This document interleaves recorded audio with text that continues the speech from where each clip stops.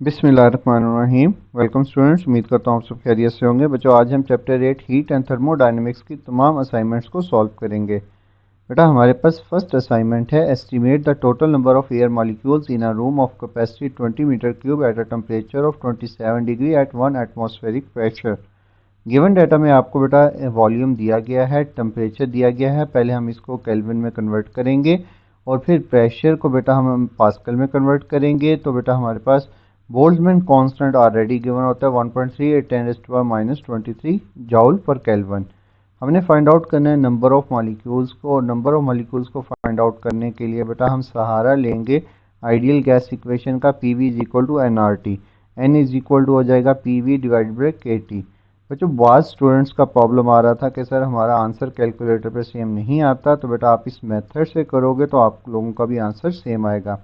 पहले ऊपर वाली वैल्यू पी वी की वैल्यू पुट करके बेटा हम इसको मल्टीप्लाई करके आंसर लिख लेंगे, और फिर के टी की वैल्यू पुट करके इसका आंसर निकाल लेंगे।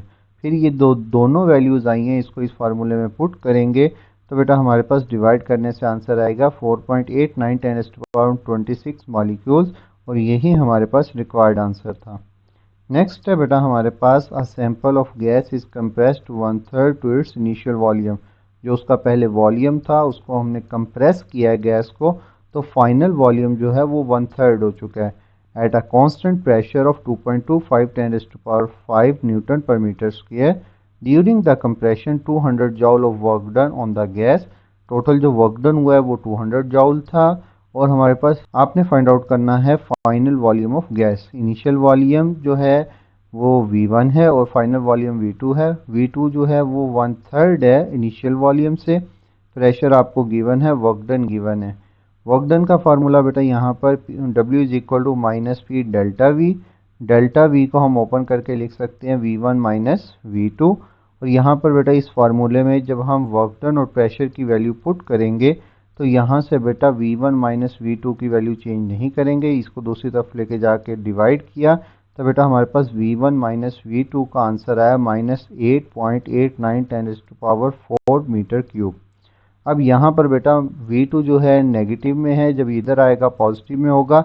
अब हमें इनिशियल वैल्यू में कहा गया था गिवन डाटा में कि V2 जो है वो वॉल्यूम V1 के 1/3 है। तो V1 डिवाइडेड बाई 3 उधर जाके मल्टीप्लाई होगा तो V1 की वैल्यू आएगी 3V2।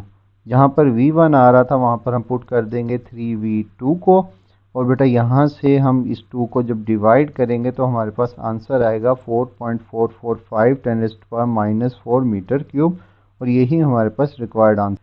नेक्स्ट असाइनमेंट है 8.3। A cup is filled with a lot of tea with a spoon of stirring purpose. Initially the tea has an internal energy of 200 kilojoule, and while cooling it loses 150 kilojoule of heat. A spoon does 25 kilojoule of work while stirring. Find the change in internal energy of the tea and the final internal energy of the T. आपको कहा जा रहा है चाय का cup है, जो उसकी इनिशियल इंटरनल एनर्जी थी बेटा वो थी 200 किलो जॉल।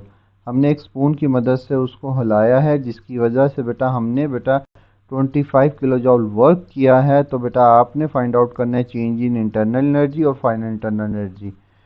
हमारे पास बेटा इनिशियल इंटरनल एनर्जी गिवन है 200 किलो जॉल, जो आप हीट लूज की है बेटा वो है -150 किलो जॉल। कूलिंग की वजह से बेटा हमने माइनस लगाया है। वर्क डन जो है बेटा हमारे पास वो है -25 किलो जॉल। यहाँ पर भी माइनस इसीलिए आया क्योंकि वर्क डन टी के ऊपर किया गया, सिस्टम के ऊपर वर्क डन किया गया है। चेंज इन इंटरनल एनर्जी आपने फाइंड आउट करनी है, फाइनल इंटरनल एनर्जी भी आपने फाइंड आउट करनी है। लॉ ऑफ थर्मोडाइनमिक्स हमें कहता है Q is equal to delta U plus W. Delta U की वैल्यू निकालेंगे तो बेटा ये हो जाएगी Q माइनस डब्ल्यू। सबसे पहले हमने डेल्टा यू फाइंड आउट किया तो बेटा हमारे पास चेंज इन इंटरनल एनर्जी आई -125 किलो जॉल। और यहाँ से बेटा चेंज इन इंटरनल एनर्जी को जब U1 में जो हमारे पास गिवन है उसमें ऐड करेंगे तो हमारे पास टोटल फाइनल इंटरनल एनर्जी आ जाएगी, और वो आएगी 75 किलो जॉल, और यही हमारे पास रिक्वायर्ड आंसर था। बच्चों, नेक्स्ट असाइनमेंट है 8.4। Our heat engine is working with a thermal efficiency of 40%। It receive a 4 kilo joule of heat from the furnace. What waste heat does it reject. बेटा हमारे पास पहले इस एफिशिएंसी के concept को समझिएगा। हम हीट इन करते हैं तो बेटा वो क्यों इन से लिखी जाती है। फिर बेटा जो हमारे पास सिस्टम होता है, जो इंजन होता है, वो हमारे पास वर्क डन करता है। फ़र्ज़ करें यहाँ पर वो 40% वर्क डन कर रहा है, 60% हीट को रिजेक्ट कर रहा है, 60% हीट हमारी ज़ाया हो रही है। उसको हम लिखेंगे क्यू आउट से। आपको क्यू इन दिया गया है और आपको कहा जा रहा है क्यू आउट कितना होगा अगर एफिशिएंसी 40% है। तो पहले बेटा क्यू इन से जो वर्क डन होगा वो हमने निकालना है। क्यू इन से जो वर्क डन होगा उसको निकालने के लिए बेटा फार्मूला होगा हमारे पास W is equal to efficiency को क्यू इन से मल्टीप्लाई करेंगे। एफिशिएंसी बेटा 0.40, इसको 100 से डिवाइड कर लिया था हमने, तो बेटा ये आएगी वर्क डन हमारे पास 1.6 किलो जॉल। अब क्या करेंगे आउट निकालने के लिए बेटा वर्क डन को टोटल क्यू इन में से माइनस करेंगे तो बेटा हमारे पास आएगा 2.4 किलो जॉल और यही हमारे पास रिक्वायर्ड आंसर था। बच्चों नेक्स्ट है हमारे पास 8.6 असाइनमेंट। 8.5 असाइनमेंट में आपको वैल्यूज़ नहीं दी गई, इनकम्प्लीट स्टेटमेंट है जिसका कोई आंसर नहीं निकलता, जिसकी वजह से बेटा हम उसे नहीं कर रहे। 8.6 असाइनमेंट को सॉल्व करेंगे। A body at 150 degree centigrade undergoes a reversible isothermal process. The heat energy removed from in the process is 7373 joule. Find the entropy change of the body. Entropy बेटा आपने फाइंड आउट करनी है और हम आपको temperature दिया गया है और हीट भी दी गई है।